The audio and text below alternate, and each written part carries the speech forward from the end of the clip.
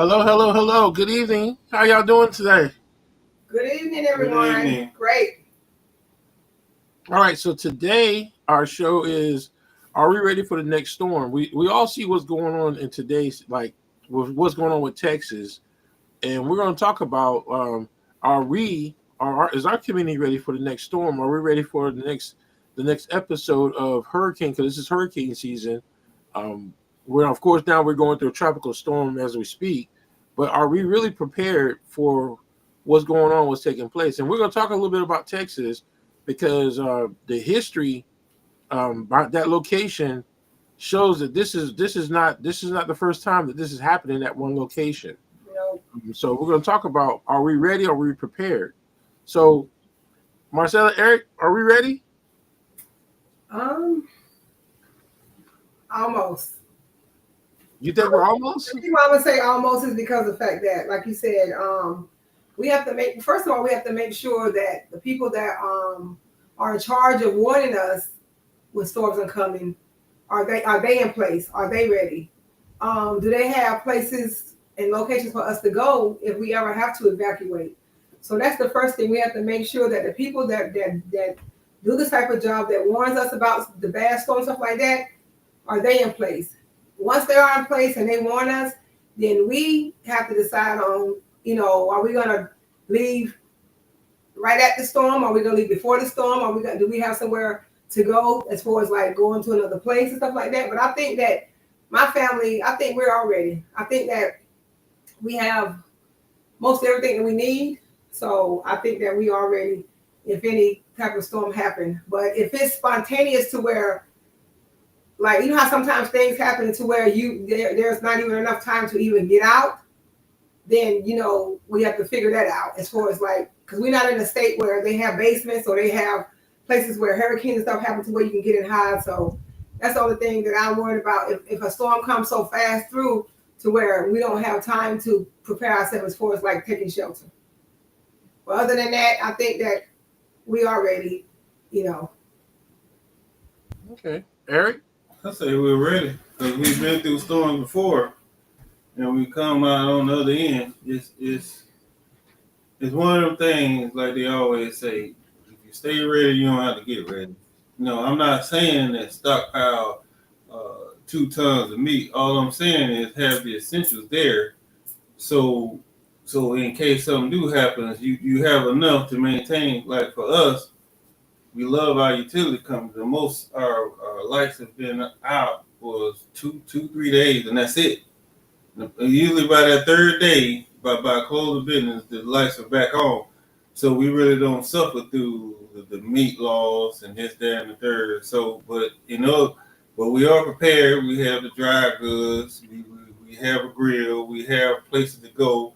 We do all that prior to, so in case it does happen, you know, the emergency evacuation plan is in effect. And if there was a storm that came out of blue, it's real simple. You don't have a basement or a storm shelter. Go to a windowless room and just wait it out, which usually is a bathroom or whatever room you got with no windows in it. So we're ready. Well, let me ask. I think I asked the wrong question. Do you think our community is ready? I know as individuals we have our own responsibilities Ready. to be ready, but that I should have been a little more clear. Is our community ready for the next storm? I think it's. I don't know. I mean, I think not really. I don't No. think a lot of people in the community is ready because I don't think that people. I think people are very spontaneous in our community, especially people that are homeless and stuff like that. So I think maybe a few people in the community might be ready, but I don't think a whole lot of people in the community are ready. I think they just wait for things to happen and then try to figure it out. So that's just how I feel. In dealing with the last couple of storms, as far as the leadership and upper management, they're not. I don't think they're ready because the same thing happens every time. There's chaos. Nobody knows which way to go. Right. They all crowd one place. There's fights, there are arguments. Then it goes back. No, the problem we have in society is once the problem's over, my hands are clean instead of trying to figure out what caused it. How can we soften the blow what can we prepare? What can we do to prepare for the next time? It doesn't do that. It's over with. Next item on the agenda. As far as community wise, I'm gonna say no, because the same thing happens every time. Hey, Tish, what is are your location, your area? Is your you feel as though your community is ready for a storm or a situation that like is going on in Texas?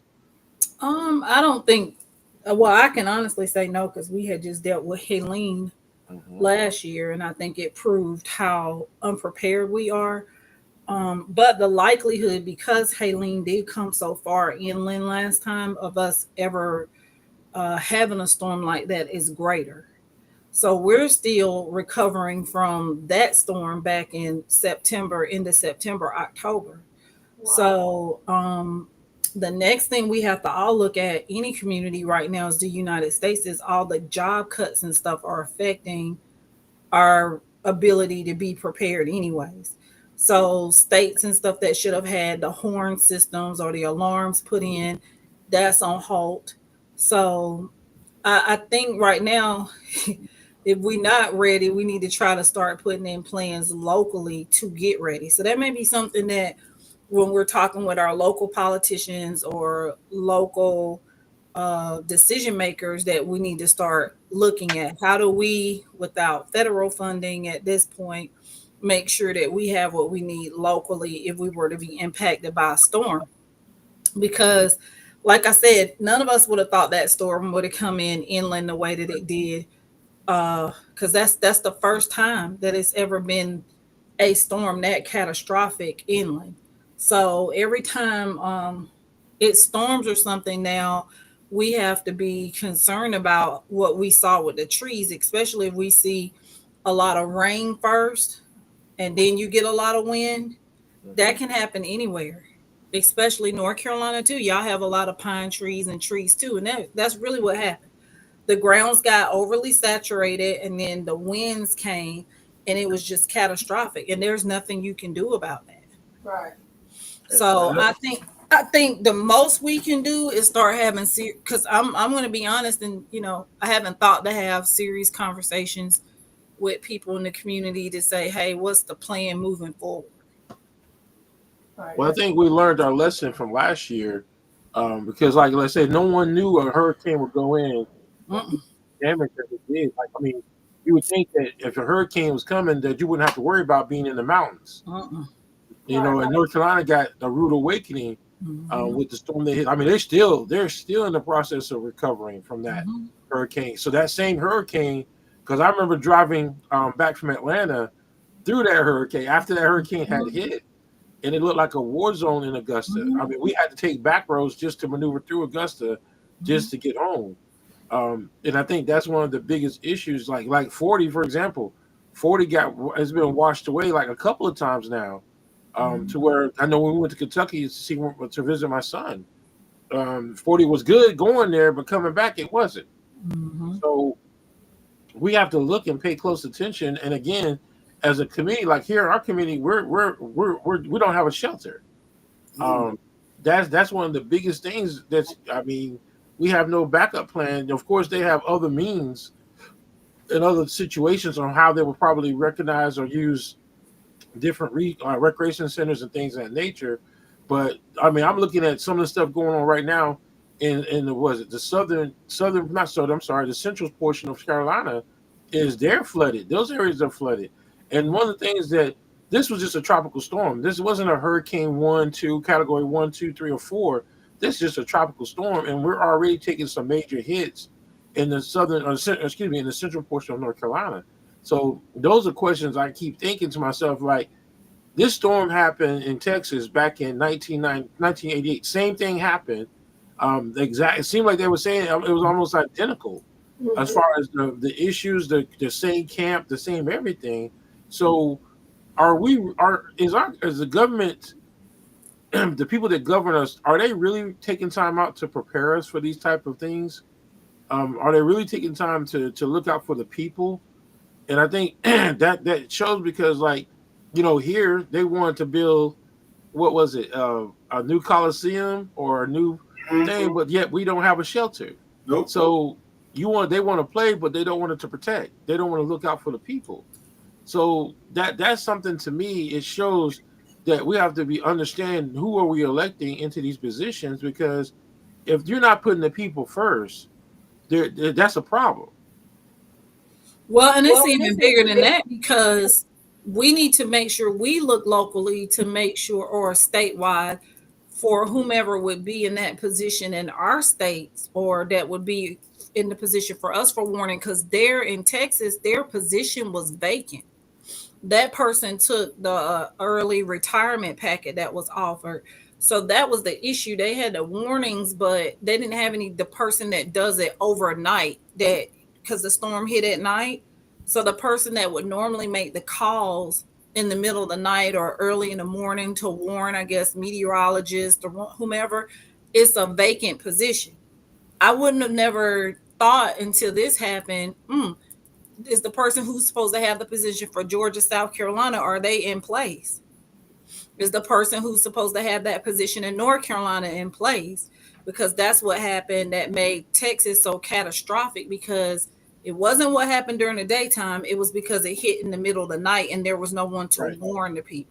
Because the first warning was like at 1:45 that morning. Mm-hmm. And like I said, it went downhill within 3 hours.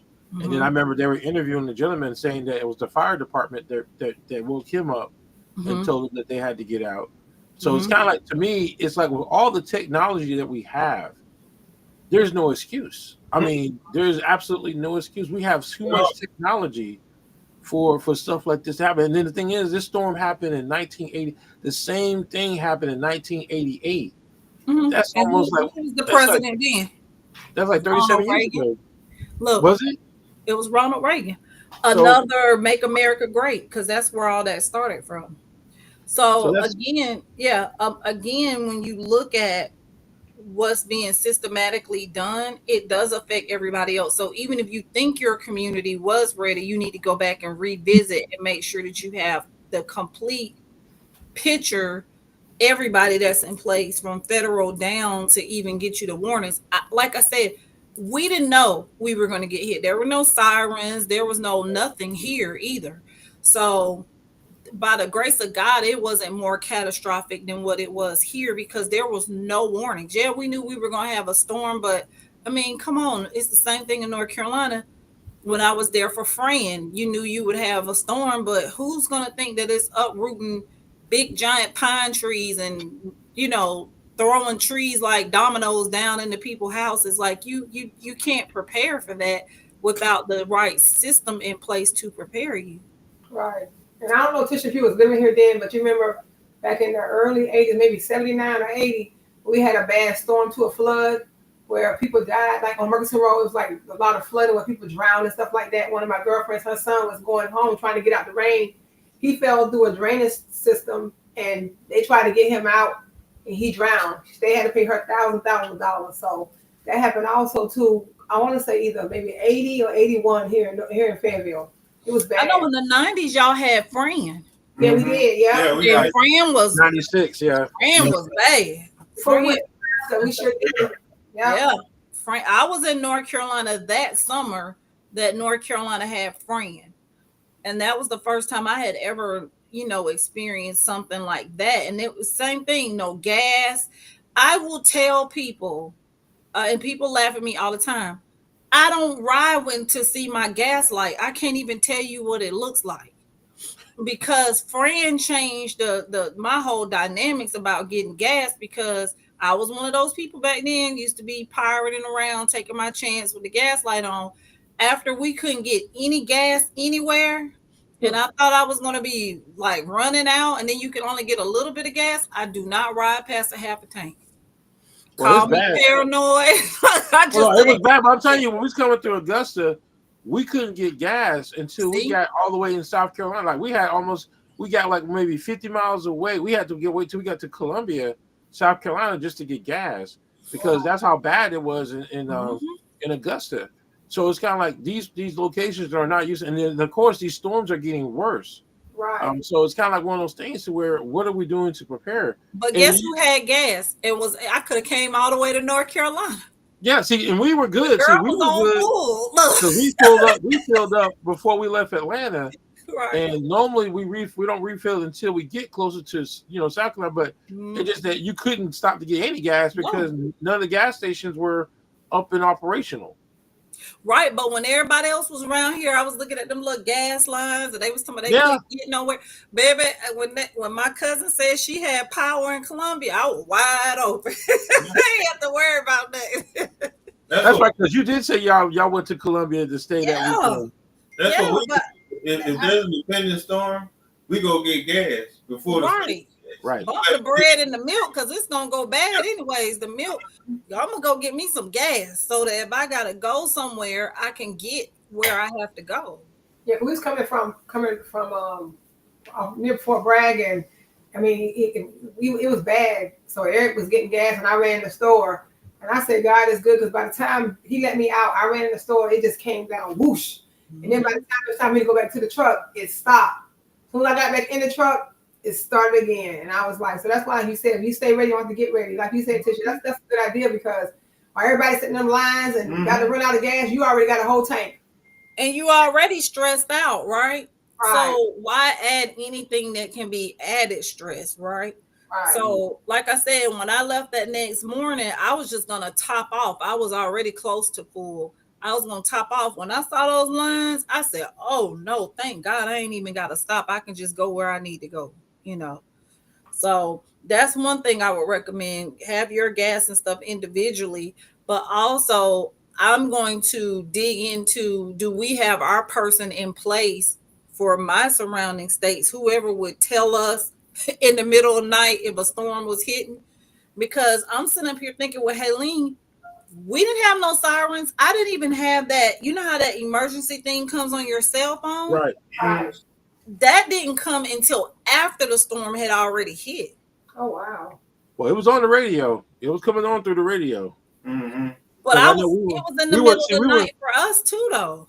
Because we were driving down there to beat the storm, and the thing was constantly going off with updates as we was driving, like going south. But like I said, y'all were coming coming back, the night that the storm hit.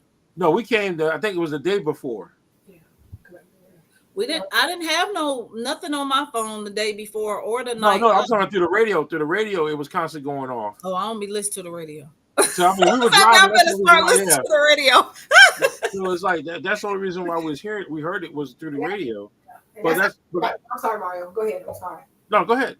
That's how I heard about the one today about the thunderstorm watch and stuff like that through the radio. And then by the time, because man, we was coming home and we saw the clouds, it was just really dark. And then all of a sudden, it just came. We was like, oh my God. And so, yeah. And I was like, this is crazy. But like you said, I was telling Mario yesterday, I think yesterday or today, I said, we used to then have bad weather in North Carolina and Fayetteville. Fayetteville used to always be kind of safe. But I said, now Fayetteville be getting hit just like everybody else be getting hit. Everywhere. Right. Because the flooding, like I said, they were showing flooding in Spring Lake or the same. And this is the thing that kills me, right? Why is it that it's always the same places that are flooding? Like, you would think at this point in time, after so many times, they would do something to fix it to where it doesn't flood all the time.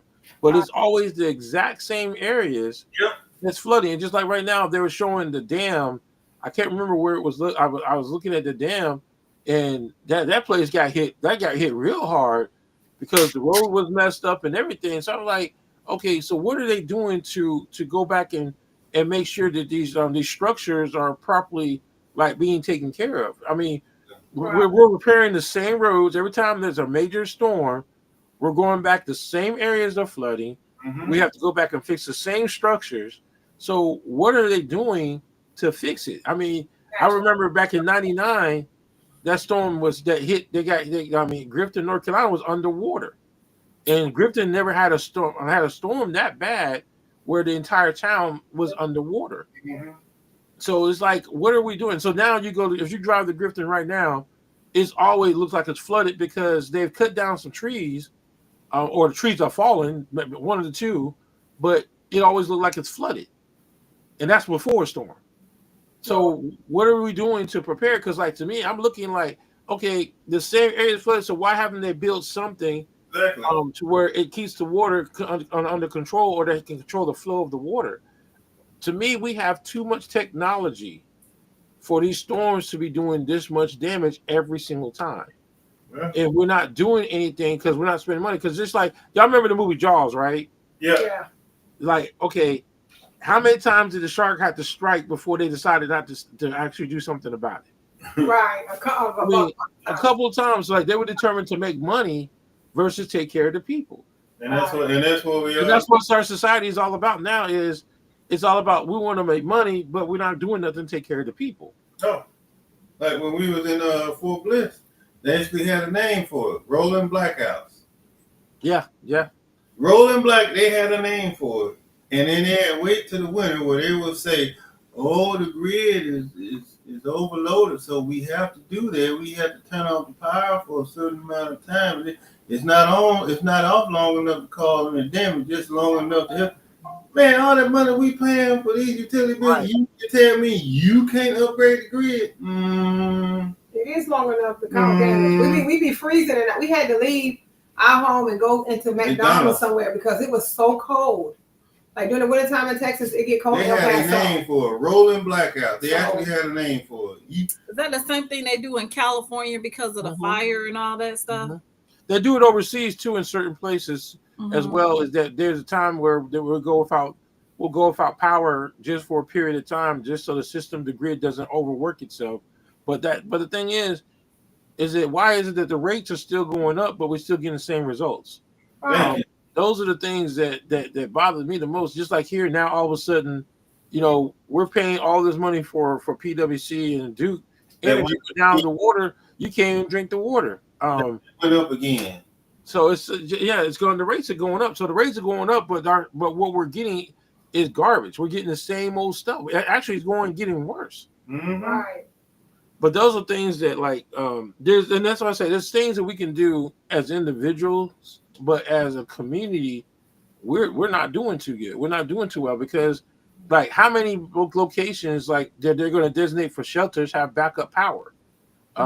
Those are questions that I ask. That's why most time, like I got the command center where we got all these power banks and everything in place to where we can run our whole house for at least 3 days off of our power bank that we have. The power what they call the power I can't think of the proper name for them. But the power grids. No, it's the things that you go out and purchase. It's like a generator, but it's like clean energy. Yeah. Okay.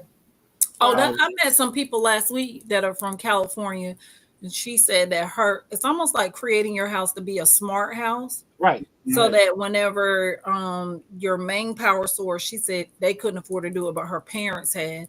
When your main power source is cut off or you don't have access, because a lot of people out in California and stuff have all those smart cars and stuff too. So you have to be able to charge your car and everything in order to get out of Dodge if there's a fire. And I'm like, that's a lot to think about. I don't think I'm ready for a smart car. I think I'm gonna keep a dumb car because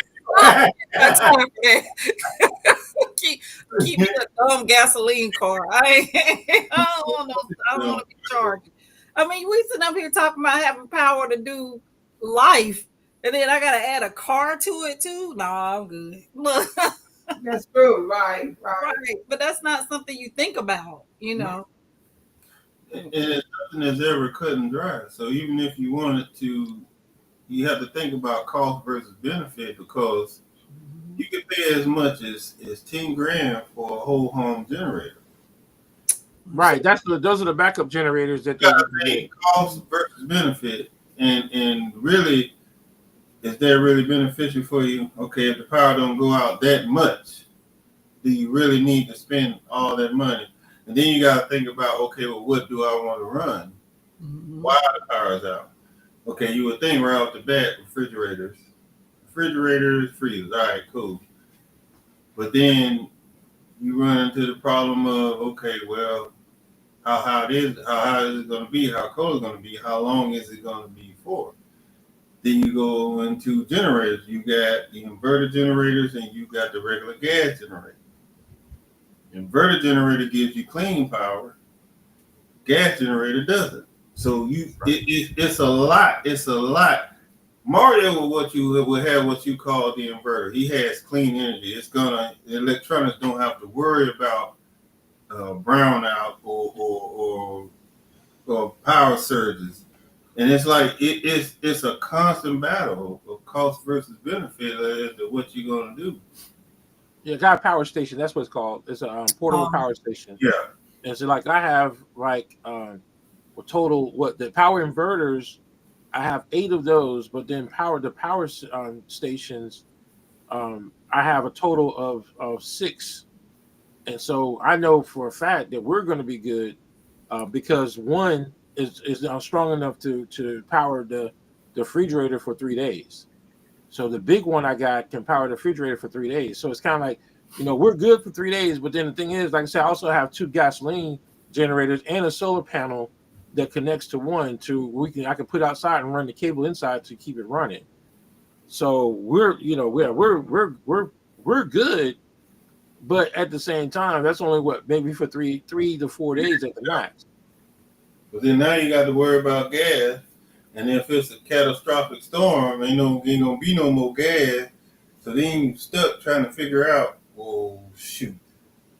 Then with the whole home generator, you have to get that thing serviced. Right. It has to be serviced because if you don't use it, who is it? I think I don't know about the rest of them, but I'm pretty sure Generac has it to where you can set it up on your phone. If it doesn't run for a certain amount of time, it'll run itself, do a self-diagnostic, and then give you the results as to what's going on. Yeah, those are real expensive ones. Yes. Those are real expensive ones. The water, is it going down in Texas now, or is it still flooded?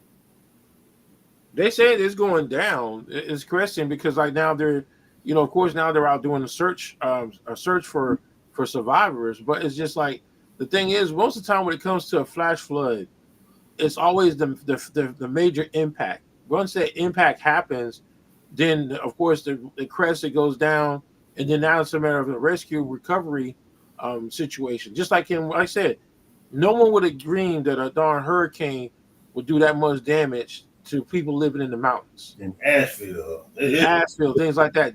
That was like that same storm that tore up the entire East Coast, especially like Georgia. They never saw Augusta, Georgia. It's too far away from any water system for it to take on as much.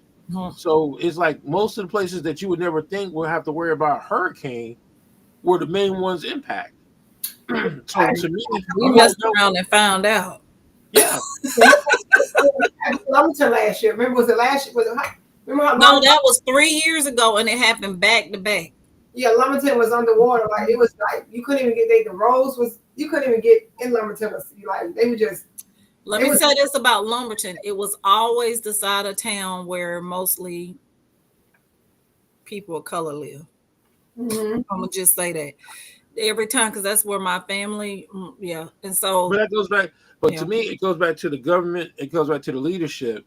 Is that if you have a flood, like you have an issue with your drainage, and I think that's a big issue in Fayetteville. Is the storm drainage is like if you have a problem with your drainage system. I mean, I sat here one time and saw our street flood, and all it was because the drain thing was. So all we did was go out there and remove what was blocking the water, and it went down.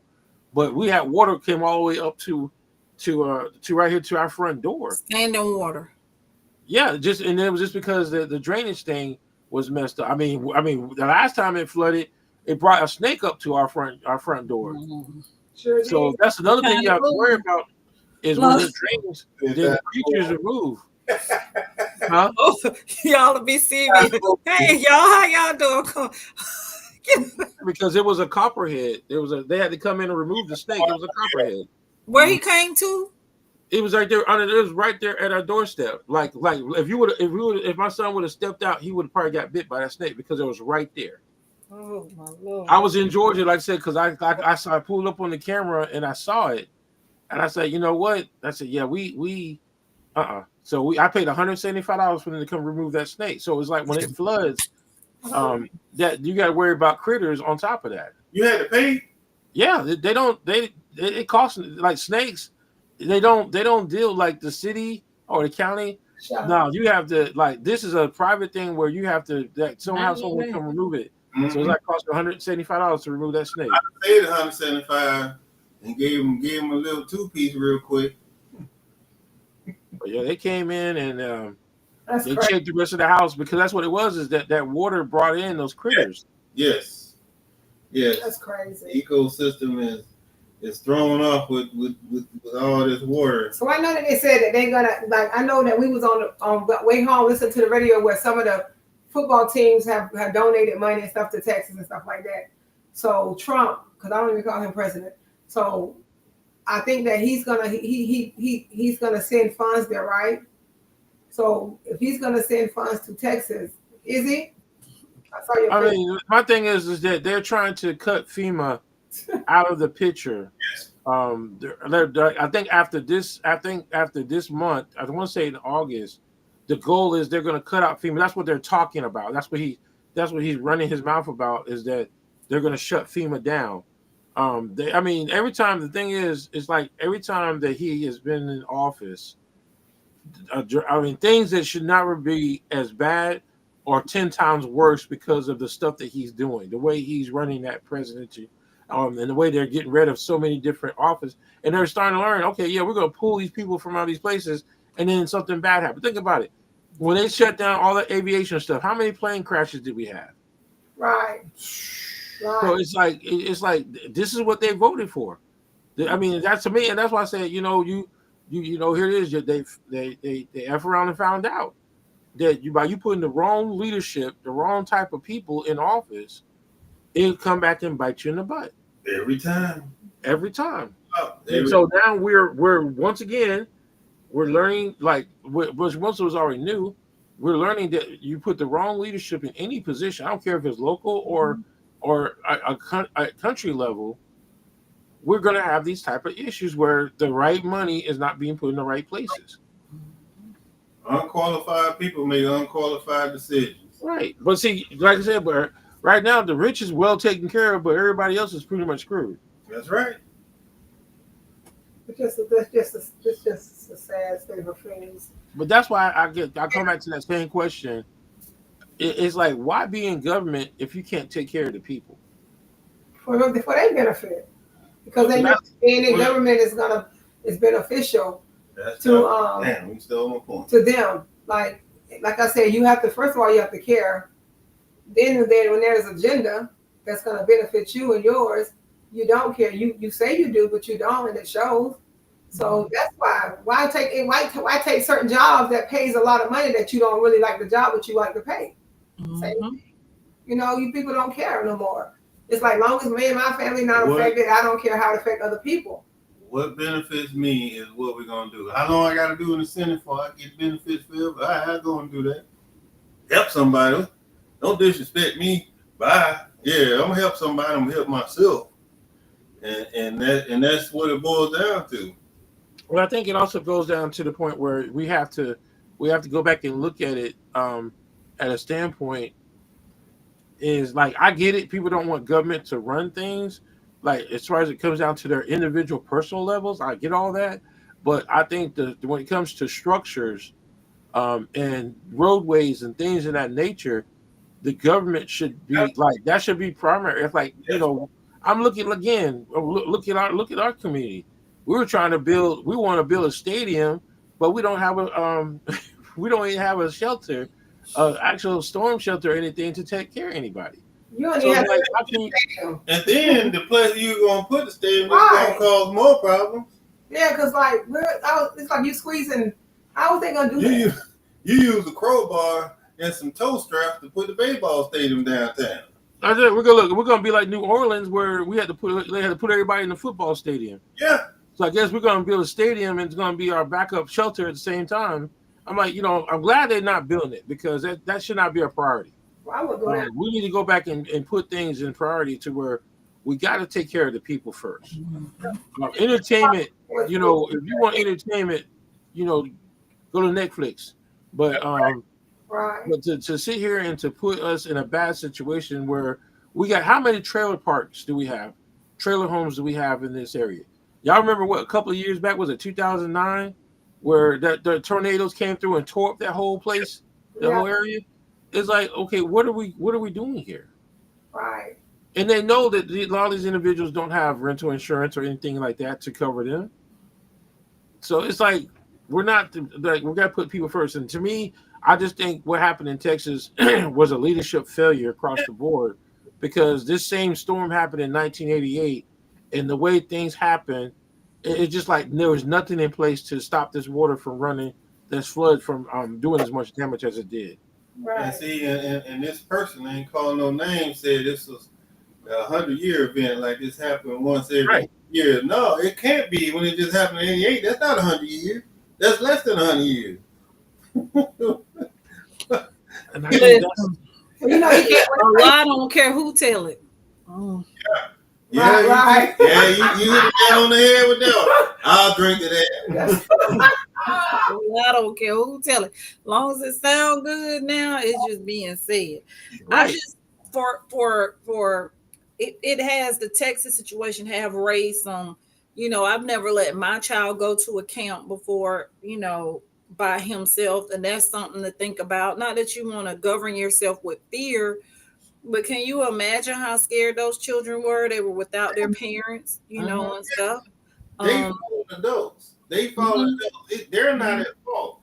Right. They do what they're supposed to do and not look at them. I mean, it appalls me. I was thinking about it today, and it made me say it appalls me that happened. It should not have happened. It was a total and utter 1,000% leadership failure. Yeah. From top to bottom. Because even when the guy, like you said, he took a package, they still should have had a temporary fix of someone in that place. So, because like you said, and a lot of the elder people that was in campers and stuff like that, they said the campers, they waking up, they going down. They going somewhere else. Right. They just riding away. You know what I'm saying? It's just crazy. And this man was looking for his wife. I saw it was on the news. He was looking for his wife, and he was just crying. They was trying to, and then they end up looking in some bushes, and they saw her mother deceased in the bushes, and then he just broke down and stuff, and they still haven't found his wife. Yeah, it was just crazy. I was like, oh my goodness. But we do realize that it was more than just that city impacted, right? Yeah. Right. Yeah. That's the other thing on the news. They're not talking about the other communities as much. Right. They're just talking about that one that got hit the hardest. Because they couldn't figure out how to cover it up. It was, oh my God. Even if you had, because here's the problem I got with it. You said that the person that does it at night retired and then the position was open. Mm-hmm. And then what they call, let me see what they call them, vice presidents or acting. That's the word, acting. But the whole part, remember what he was doing with those positions was to eliminate them. So the reason, remember, he forced those people into early retirement because to eliminate the pay that those people were receiving. So I don't even know if it's a vacant position that's waiting to be filled or if it's a vacant position that he planned to eliminate, because they're saying that a lot of those positions are not going to get filled. That's crazy. But which is the same thing that's happened with aviation. Yes. So I didn't realize so many things already have been dissolved.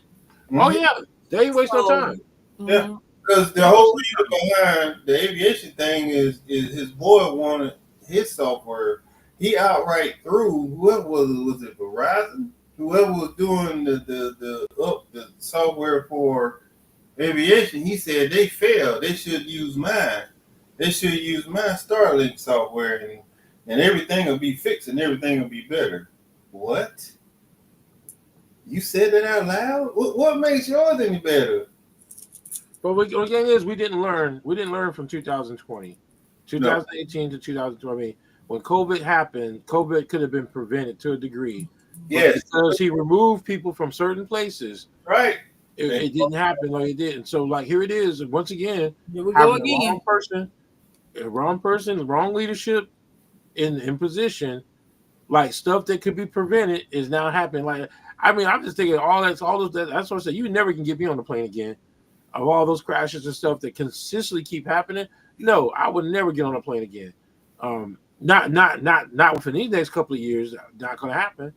So it's like what we're dealing with is we're dealing with piss poor leadership. And like I said, I keep telling people, if you look at your local government, if your local government can't solve or tell you, like, because like how many times we've been told they'd fix this problem, and then the storm comes in and we see that all the problems they say they fixed didn't get fixed. Didn't get fixed at all. Right. It's like, so here it is again. It's hurricane season. They're expecting to be a very productive, I should say, very high moving season of hurricanes. And once again, we're going to find out what systems are working, which ones are not. And it's the fact that funding is being cut for emergency purposes. It's going to keep happening. It's going to keep happening. It's going to get worse. Yeah, because I was talking to somebody. But they say, because like they say in Texas, like now there's over 110 people that were killed. Yeah. That storm, it affected 6 different counties in Texas. Yep.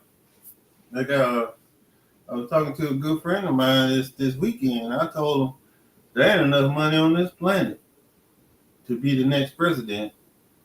And they're saying they had 30 children. There was 30 children that were killed. Yeah. Now the death toll is up to 109. I just Googled it. It says 110 on this report.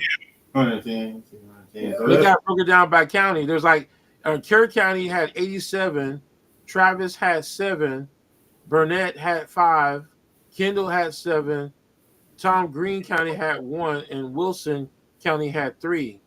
yeah, you couldn't. You can't. And then they have at least 5 more campers and 1 counselor still missing. 5 more campers and 1 counselor still missing. Well, they still got they got a lot of people missing. You couldn't pay me to be the next president. This is a mess. Can you imagine? Swearing in on January 20th and January 21st, you get your desk with 200. But you know what? But that's what it all boils down to is they voted for him and they got what they like say local government all the way up to the president. Now you got to understand who you're voting for. That's If right. you're not about trying to take care of the people and protect the people, then this is what you get. Yeah. Like, and my thing is, you man could never beat God. I will say that all day long. But at the same time, we always should be prepared Nature is undefeated. every single time. Nature is undefeated. You cannot stop it. You cannot stop it. Every time there's a surge in water, you have to understand that the water got to go somewhere. It's an accumulation of pressure. It's got to go somewhere. So why are we building runoffs? Why aren't we building levees? You got the money. You got the money. You're shutting down this, that, and the third. So where's that money going? Why not? Why not? An ounce of provision is worth a pound of cure. They just erase that from the vocabulary. Well, it goes back to we have the technology, and we have the ability to control some of this stuff that's going on. But if we sit back and do nothing, and we go out, we're more focused on building things to bring more money into our county. There is The people will pay for it every single time. There is no excuse for preventable accidents. There's no excuse for them. Preventable incidents. There's no excuse for it. It's preventable, so it shouldn't have happened. Yep. Instead, you can tell when the leadership is at fault. They give their little prayers, and then silence. There's nothing else said. Oh, we got to figure out how to get through this. Go ahead. But once again, it's a leadership failure Mm-hmm. on the government side. Yes. To where, hey, this is what it is. Y'all did what y'all did, but we'll let them look. We'll let them figure it out. Let the billionaires figure it out. Yeah. Right. But so, last thing is the last question before we shut it down for today is: do you think if our community got hit the way Texas got hit, will we have the proper methods and ways to recover from it? No. Overwhelming majority, no. Just being out in the community, Right. as we both are, and we go out in the community at different times. They're not ready. You see simple things.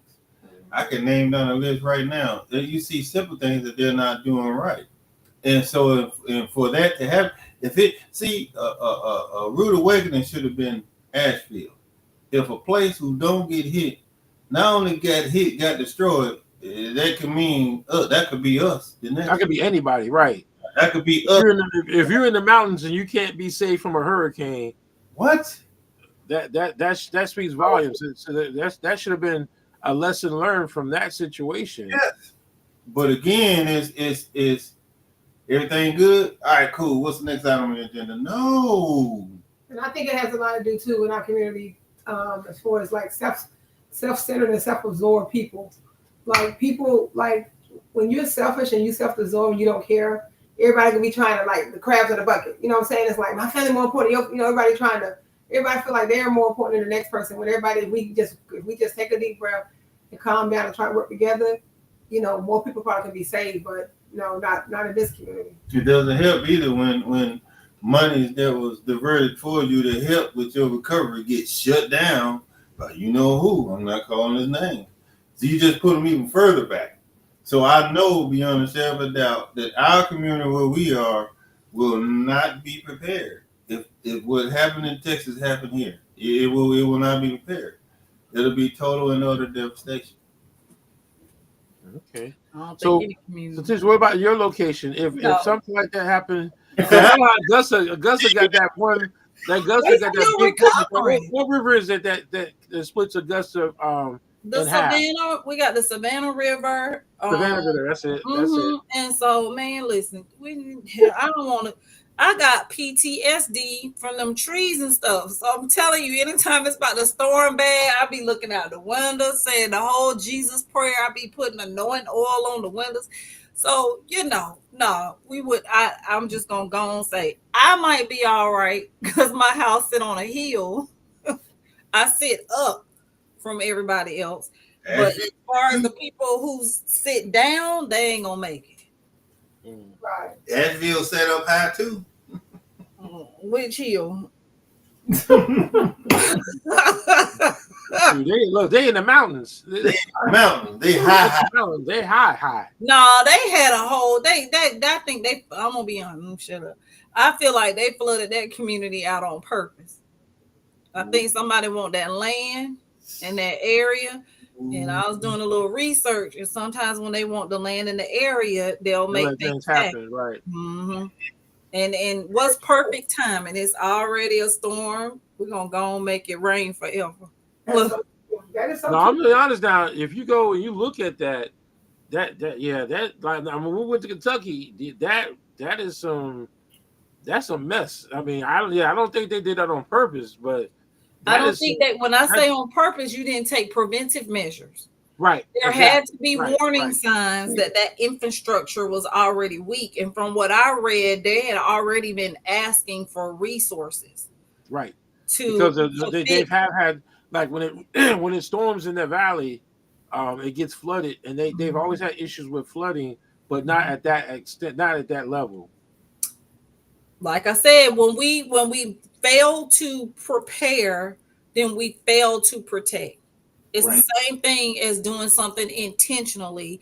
If you don't prepare yourself and you go, oops, it didn't just happen. If somebody's telling you, it's the same as just letting it happen. It's just like Jaws. They found one person killed by a shark. Oh, it's okay. Let them still go out there in the water, and then it got worse. So it's like it was all about the money. They was more concerned about the tourists and the money.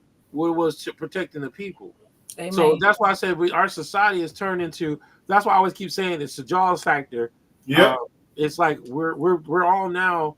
Our society is more about making money than taking care of or protecting the people. Yeah, it's even so bad to where, like with that Jaws factor, you're a shark expert and say, hey, they acting different. They're out here killing people all willy-nilly. They're gonna cut you off, cut you out, sit you down, and commit you just so they can keep on making money. Right. Well, and that's what. But you go back. If you go back and you watch the movie, and you watch the city hall when they had that city meeting, and they told the people what was going on, and then most of them still want to make money. They didn't care. Put them out. They said, "Hey, we still need to make money because that's where most of our income comes from." Yeah. Shut them down. Shut them down. Shut them out. But that's one thing we keep learning is that the dollar is not more important than life, but people keep putting that dollar first. It is to a lot of people. Well, to some people, if it don't make money, it don't make sense. They don't Right. care if you're a child. Mhm. Yep. Well, I think this was a good topic. Hopefully, everybody will be. I am going to go dig into. Do we have any vacant positions though? Because I better start listening to the radio more. It don't even matter. I'm gonna be honest. It don't even matter in North Carolina because we're just bad across. I mean, we got people waiting on lines for everything. Mhm. I mean, it's just that it's everything in North Carolina is so bad. Our health system, we can't even get a driver's license. We gotta get up at 4:00 in the morning just to get a Yeah, driver's that license. was crazy.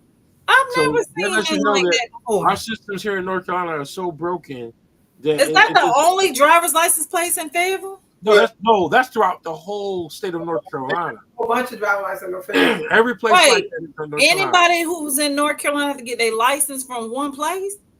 No, you can go to any place, any DMV in North Carolina, and you still have to wait a long line. That's across the whole state. Have you got his license yet, Mario? No, Okay. See, the problem happened the day that they decided to sub out, which I still don't understand the purpose of subcontracting now, but they subbed out the license because you used to be able to get them right there on the spot. You get it, you pay your money, boom, you pass the test, you go over there, you wait, boom, boss, they call your name, you get your license. No, they cut the job, they cut the positions down. That too. So right now they just added additional positions, but like I said, now the damage is done. Yeah, too late. Yeah, it's too late now because now they're saying they just did the extension to where now you're even after your license expired, you got 2 years to do it because that's how bad it is. It's bad here in North Carolina. I mean, you have to meet certain criteria though. That's not Right. everybody. Yeah. But see, my son moved. He went to Kentucky. He switched over to Kentucky license. He was able to walk in, get his license, walk out within 30 minutes. See, that's So us let here. you know- I've never stayed in no drivers like DMV, nothing But it's- more than maybe 5 or 10 minutes. And that's with the whole thing being crowded. I just go pick my little number. I think the most I've ever stayed is maybe 20 minutes. Well, like that's not when I sent Mario to the one I went to, because when I went and renewed mine, I went in, we was out of there like 15, 20 minutes, but Right. But that was before the real. That's before. it's That was before it became like, because now it's mandatory that you have a, what is it called, the real ID. hard. It So- goes, It's not mandatory if you have a passport. no, if you have a passport or not, yeah. No, if you plan on flying, you gotta have real ID. Yeah. As long as you got your passport. No, I right. asked You when have I to have. went up there. You have to have. If you don't have your real ID, you have to have a passport in additional just to cover for that real ID. Right. If you have So a real I just ID, have a passport. You don't need a passport not unless you're going overseas. But right now they're making it hard for you to travel on the airplane. So if you don't have a real ID, you got to have your passport. Okay. I'm to gonna me, always that's- have one of those. So I mean, it don't matter to me. I wouldn't agree to pay them 2 times to get the real ID, and my ID is about to expire next year. I'll just get one next year when it expires, and I have a passport, so I'll just use it if I gotta go somewhere. Right. I'm not giving y'all extra money. Look, just because y'all say I just carry what I already have. right. It was like that. See, I got mine because it was time for me to renew my license. So I Me, Right. same thing with me, right. We got it when they first bought out the When they real first ID, ever bought real ID. years ago, because we thought about it. It's just like when they changed over to the new military ID card. We went ahead and did it now. I said, hey guys, let's go on and go get them now, because you wait till the mandatory Anybody else? them long lines, and that's what we did when they first did it.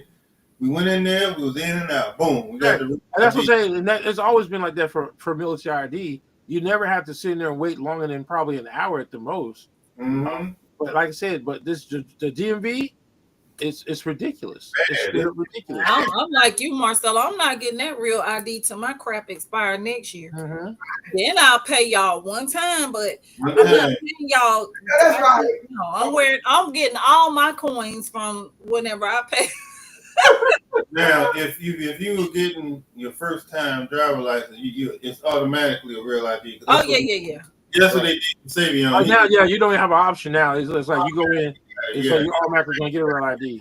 We all real IDs up in here. We Real ID, passport, blood samples, whatever. Period. Look, period. Whatever you need. Yeah, I don't want no problem because now they talk about I can still get on the plane. stop. I ain't trying to get on no plane. So like, you know how you still have to go to the terminal and take off your shoes? They say if you got your real ID, you ain't got to take your shoes off. They can have them. I'll take the shoes off until next year. I'll Y'all sit there. I'll be not at give the them no extra money. I'll be at the window waving at y'all because I'm not getting on no plane. Like you do. I'm not getting on no plane. Mario will be our Uber to drop us off Yeah, to I'll go drop to y'all our off. self-destruction. Before they going. But I guess look, I know y'all gotta go. It's 7:34 now, so Okay. All right, yeah, guys. So we'll go ahead. Like I said, Bye. but this is a good one. We'll see y'all next week. Y'all be safe because it looks like I said, this tropical storm that hit us is doing a lot of damage. And then, like I said, you can like now all of a sudden I'm starting to see flooding close to our area because I think they showed how Spring Lake has gotten real, like it's real flooding real bad in Spring Lake area, which we all know Spring Lake is always the first one to get flooded. Yes. So I know Southern Pines got hit real bad. Wilmington. So, but yeah, look, y'all be safe out there, and Y'all we'll be safe. see y'all next week. I couldn't get y'all in a canoe. Have a good evening. all right. All right. Look, you gotta come with something bigger than the canoe now. I mean, the canoe, I ain't getting no canoe. I might make it. You gotta come with a hoverboat. If there's a wheel, there's a way. Look, Look, in that canoe, we still gonna be waiting on her to get here. that's the point. Right. That's the whole point. Right. I can at least say I attempted to come. You know, the canoe got stuck in the neighborhood. Look. Look, you pull up a canoe. I'm gonna look at you sideways, like, okay, where's the rest of it? I know, Trish. You need to build a motor on that canoe, baby. Hey, Yeah, wait a look. minute. Feel like You I'm gotta get some- the you gotta get some turbo or something. The back of a caboose. All right, All y'all. right. Well, look, I'll see y'all next week. All right. Good evening.